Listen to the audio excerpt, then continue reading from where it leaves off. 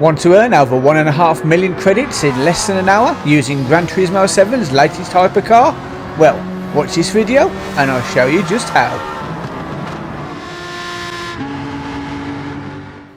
And the first thing we need to do is buy the car, and it's this one, the Aston Martin Valkyrie, which is absolutely gorgeous. However, it is not cheap. And once you've paid out a small fortune for the car, let's get it tuned. Now, thankfully, you won't need to buy much for this build. We need racing hard tyres, ballast and a power restrictor. Yes, it's got the fully customisable ECU there, but the car comes with that as standard, so at least that saves us a few credits. And as for the specifics of the tuning, well, that's easy as well. You want to put your ECU to 70, your power restrictor to 82, and then add just 1 kilo of ballast, and when that's done, we're good to go. And the race we're going to be doing is the World Touring Car 800 at Sardinia. So head into World Circuits, European section, and you'll find it on the right hand side of the screen. Just before we get going, I'd like to thank everybody that has supported the channel recently, especially over the last couple of weeks. If you haven't yet supported the channel, or you'd like to, then go ahead and smash those like and subscribe buttons. It really does help out the channel, and thank you very much. Now, in this race we're planning to do just a single stop, which will be round about lap 8, lap 9, and that's mainly due to the fact that the Valkyrie is quite hard on its tyres. And to do that, you're also going to need to make a change to your fuel map setting. You need to set that to number 4.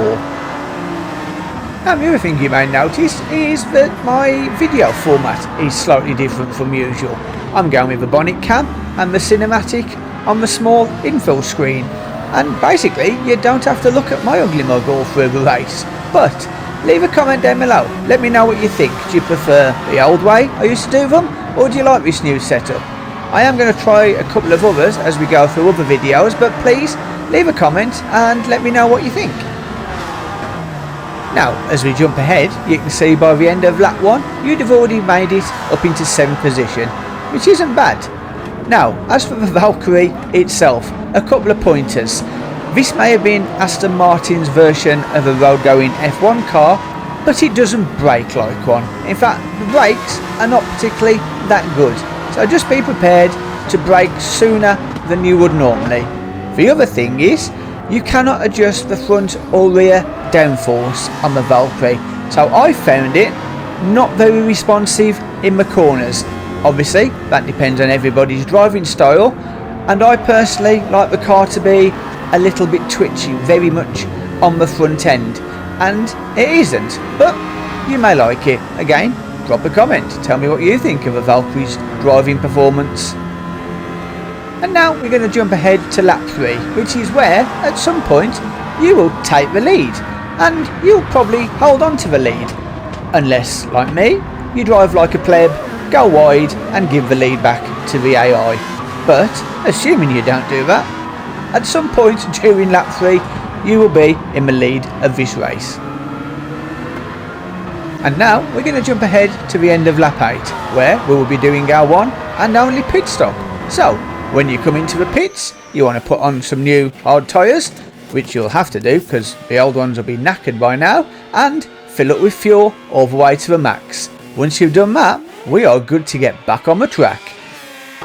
Now, as always with Sardinia, be careful when you come out of the pits because the AI have a tendency to ignore the pit line and they will quite often crash right into the back of you. But assuming you come out in one piece, now you just need to drive to the end of the race. As you can see, we didn't even lose a single place during the pit stops, so the only thing you have to worry about now is back markers. And talking of back markers and overtaking, now seems as good a time as any to mention the fact that the Valkyrie has an overtake button. And it works. It works very well. It's not, however, infinite, so don't keep pressing it every single time you go past a car or you want to go a little bit faster. It will recharge under braking, but it doesn't recharge that quickly.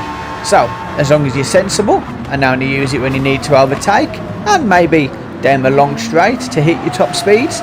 It's a good addition and a nice little toy to have a play with.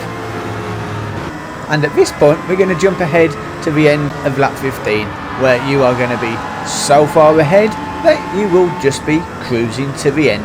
And when you cross the finish line, you will be in first place. You will take the credits, take the trophy and take the respect. So there you have it, a very easy win, lapping every other car on the circuit. And what about the Valkyrie? Do you like the latest addition to Gran Turismo? Leave a comment down below. And while you're doing that, please don't forget to hit those like and subscribe buttons, and I will see you guys in the next video. For more great videos like this one, follow this link. Thank you for watching, and I will see you in the next video.